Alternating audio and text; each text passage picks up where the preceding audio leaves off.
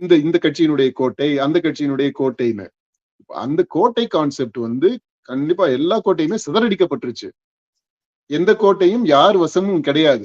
யார் வேணாலும் எந்த எந்த கோட்டையையும் வசமாக்கிக்கிற முடியும். அப்படின்ற ஒரு நிலை வந்துருச்சு. அதுக்கு முக்கியமான காரணம் திரும்பவும் இந்த விஜய் வருகை தான். இந்த தாபிகா உள்ள வந்ததுதான். இப்படி இந்த கோட்டைய வந்து அப்படி ஆக்கியிருக்கு.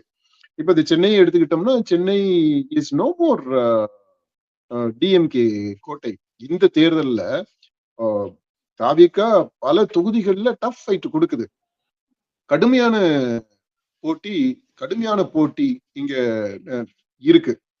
தாவேகா ஜெயிக்குமா, ஜெயிக்காதான்றது வேற விஷயம். ஆனா, அந்த இந்த கோட்டையில மிகப்பெரிய ஓட்டைய அ அ உருவாக்கி விட்டிருக்குது. உருவாக்கி உருவாக்கி விடும் தாவேகா. ஏன்னா நம்ம ரிசல்ட் வந்த பிற்பாடு தான் உருவாக்கி விட்டுருச்சு அப்படின்னு நம்ம சொல்ல முடியும்.